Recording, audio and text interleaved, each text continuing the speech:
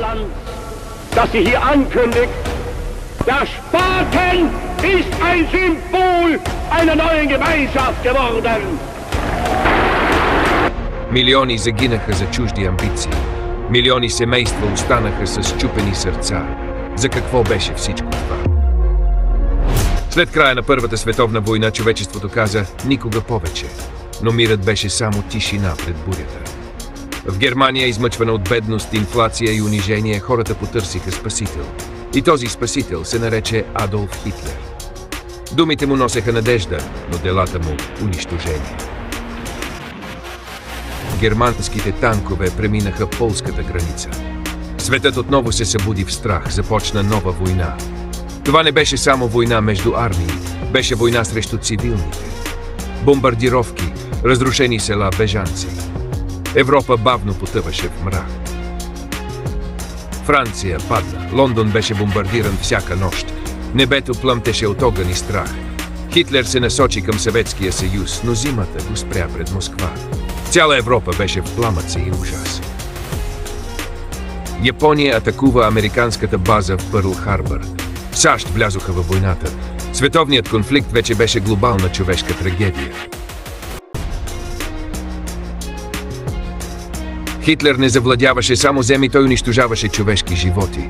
Евреи, роми, хора с увреждания и инакомислещи, милиони изчезнаха. Около 6 милиона евреи бяха убити в Холокоста. При Сталинград нацистите за първи път отстъпиха. Над 2 милиона жертви. В Нормандия хиляди млади мъже щурмуваха плажовете за свободата. Германия се срина. По улиците на Берлин цареше тишина. Хитлер се самоуби на 30 април. Той се самоубива с пистолет в своя фюрер-бункер в Берлин, заедно с Ева Браун, неговата съпруга, която поема цианид. Наистина ли умря? Някои твърдят, че Хитлер и Ева Браун не загиват в бункера, а успяват да избягат от Берлин. Въпреки липсата на доказателства, легендата за оцелелия фюрер не умря. Европа въздъхна, войната свърши. Но в Азия войната продължи.